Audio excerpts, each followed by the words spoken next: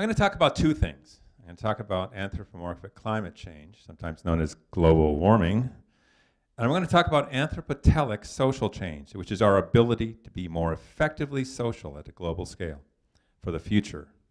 Now, climate change is the most profound global threat to human life that we've encountered as a species in the last, let's say, several 100,000 years, right? And it's the first truly global threat that we've actually caused as a species, so yay. Yeah? And but here in the US, we are in the middle of an election year, and yet climate change will not be an issue in this campaign. In fact, you might call climate change the Voldemort of catastrophes, that which must not be named. Now, everyone here is doing everything they do and can do for climate change. We're upgrading our light bulbs, we're looking at solar panels and a new car, but we're not the only people who live in Santa Barbara, and this conversation needs to have a much wider room. And that's why 6 years ago I met right here at the U Club with some local folks to discuss how to bring the topic of climate change to Santa Barbara. Now, we devised a public art project called the Light Blue Line. I'm not going to detail what happened there, but I want to update the room on the problematic that prompted its creation and its failure. In 2006, one thing became rather clear. Humans are, it seems, as a species, unable to recognize the enormous turd in front of us on the sidewalk until we step right in it. Okay? Let me rephrase this. We're not very well equipped to recognize and comprehend how climate change will impact us in future centuries, and we're even less inclined to pony up the fairly enormous budget needed to prevent the far greater cost of the current business-as-usual energy usage.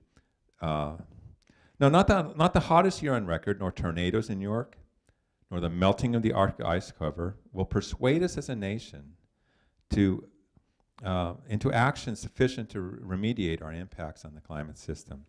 Now, the tipping points for the great Arctic and Antarctic ice fields are just that, the starting places where they will melt over the course of several dozen decades. It's the defrost switch on the climate system.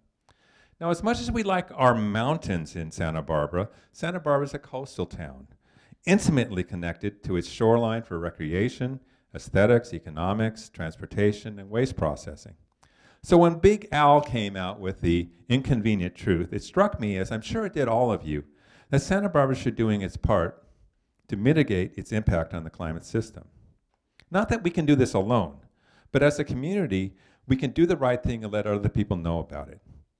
At the very least, okay, we could cover our ass so that in 2112 or 2212, when the freeways and rail lines are destroyed by wave action at Gaviota and the Rincon, the cover story on the Santa Barbara Independent will include a paragraph how in 2007, Santa Barbara stepped up and made its voice known that we were against the harmful impacts on climate system.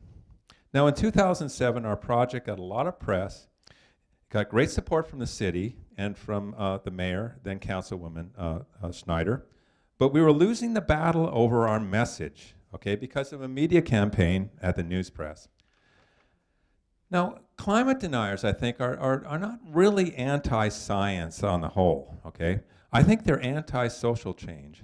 And their logic is this, the amount of cooperation and coordination, the quality of collaboration required for the entire planet to produce a plan that could mitigate climate change, and then the level of regulation needed to enforce this plan would require governments at all levels to intentionally shape their economic policies through taxes and subsidies, through education and social change programs.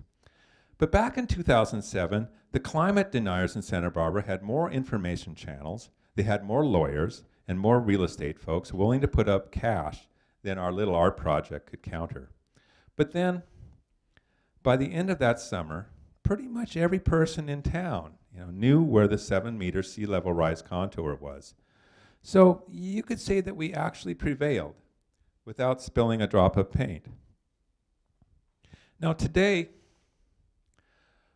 our state and local governments remain ecologically savvy, and they're doing everything they can to mitigate and adapt to the predicted impacts of climate change. Still, the reports say that our beaches will degrade and our cliffs will erode, in an increasing pace over the coming decades. And if it's not protected, our new airports likely to be partially underwater by 2100.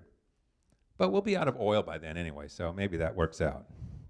Now, the only way we can successfully adapt to climate change as a species in the coming decades is by making our governments more responsive, more intelligent, and a whole lot more coordinated around the planet. Just to repair the ecosystem damage from the last 200 years of hydrocarbon energy overuse, our governments are going to need to spend a lot of resources. And that actually means more taxes and less money for things like defense. It's more than money, though. We're going to need a real vision of a post-carbon society. And to get there, we need to start talking out loud, as Alec Loers did in the previous Pichakacha, about anthropotelic social change, about a future we design and build with the intention of working and living better together.